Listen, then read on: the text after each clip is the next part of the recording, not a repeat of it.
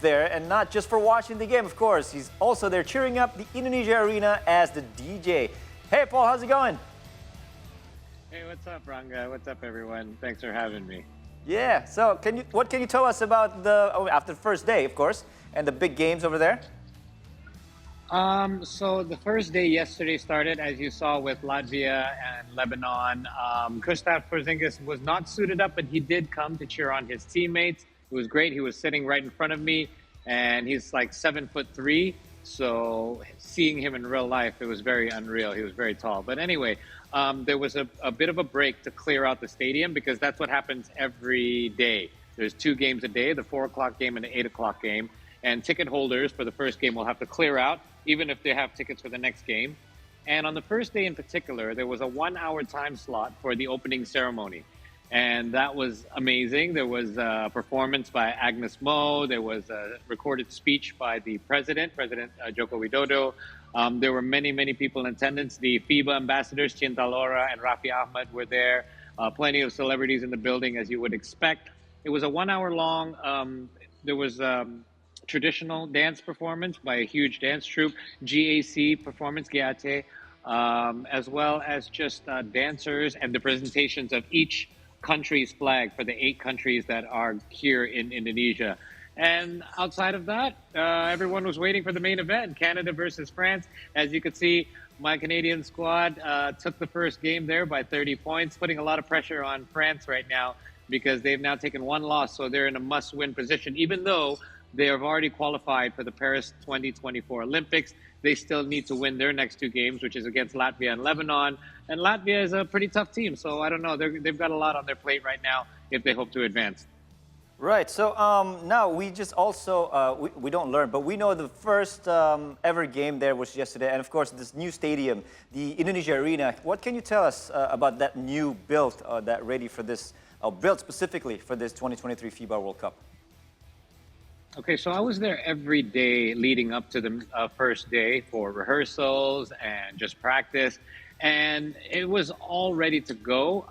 But on that opening day, they finished up all the details, like cleaning up all the bathrooms, all the little, dust that was from, when buildings are newly built, there's a lot of dust everywhere. It's not dirt dust, but it's just kind of like dust from the walls. That's all been cleaned off.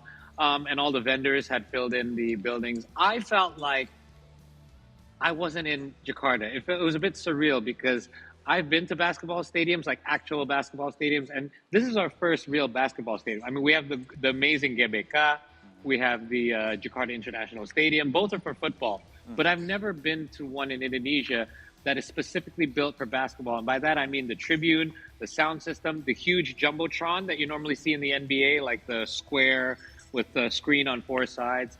And I have to tell you, that really adds to the experience because along with FIBA, who's handling me, I'm DJing one of the DJs as well. There's an actual entertainment team called Live Bros. What they do is they handle all the entertainment that is in-game, that is pre-game, that is post-game. So everything that is non-basketball is being handled by them. They're so professional. The director of the pre-game is actually the director of the Milwaukee Bucks from the NBA. He's in the off season. He's coming to do this in his off time. So a lot of professionals, learning a lot along the way, and just it's a great experience all around, whether you're in the crowd or you're part of the team like myself. Right, very nice. Very nice to hear that we're actually prepped and ready for this specific event. Now, you're talking about the NBA guy that was there taking some time off and then actually here in Jakarta. Can you tell us about the guys, the NBA guys that are actually there playing? Are they doing okay with the pollution? Maybe not. So from what I've seen, they've adapted quite well. The Canadian team, who happens to be the team with the most NBA players in Indonesia, I mean, there are other teams, obviously, like USA, but they're in the Philippines. But Canada was the first team to arrive in Indonesia. And we were trying to figure out why. One of the reasons is because they had been traveling a lot around other parts of the world. They actually wanted to get used to the time difference and the climate.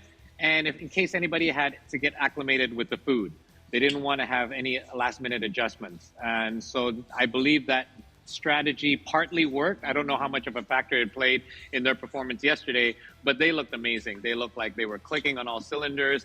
They had just changed head coaches a few weeks before this tournament, and he seemed to fit in just fine. Shea Gilgeous-Alexander, one of the top scorers in the league right now, young player out of Oklahoma City.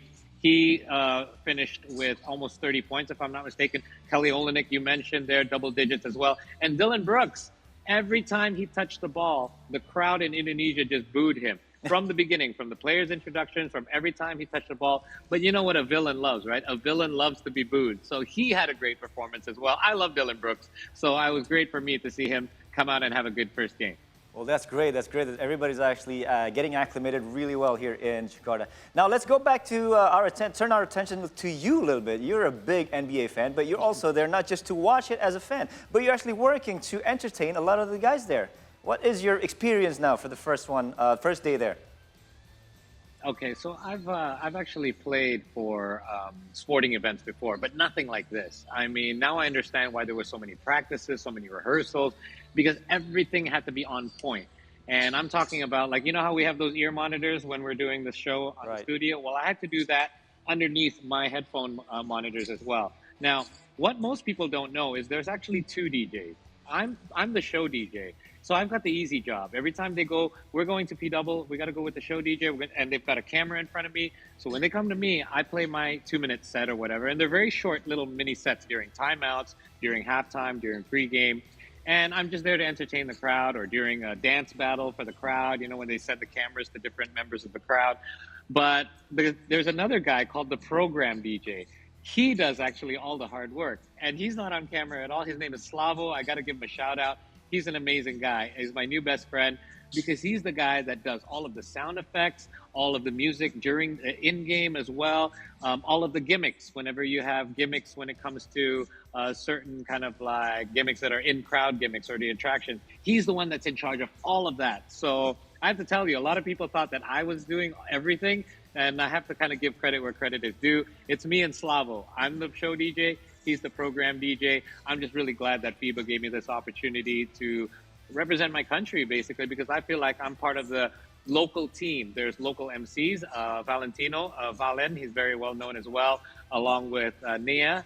And the DJs, there are 3 local DJs as well. And I think they've done so much to embrace us and make us a part of the event, because they showed us how important it is to have us as part of their team. Even though there was a lot of things that we had to learn and adjust to, they made it very easy for us, and they made us feel like just as much as part of the team as they are. Wow, great experience. Really nice hearing it from you, Paul. I hope the rest of the week and everything else is going to go fine for you. But one thing before I let you go, who do you think is going to take the trophy back home?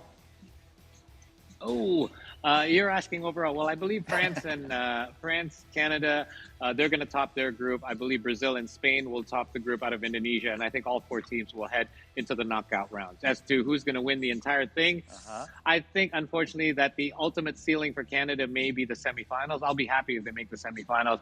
I believe USA is going to bring home the gold, because they have been looking really good in their friendlies. So Filipino crowd, they broke a record as well there. We had 16,000 plus in attendance. They broke the World Cup record that was set in Toronto, ironically, in 1994, with about 36,000 plus. Well, the Manila Philippines, their first game between Dominican Republic and the Philippines, had 38,000 plus. Wow. And that is a new FIBA World Cup record. So, hey, I think it would be very fitting if the USA did win in the final in the Philippines.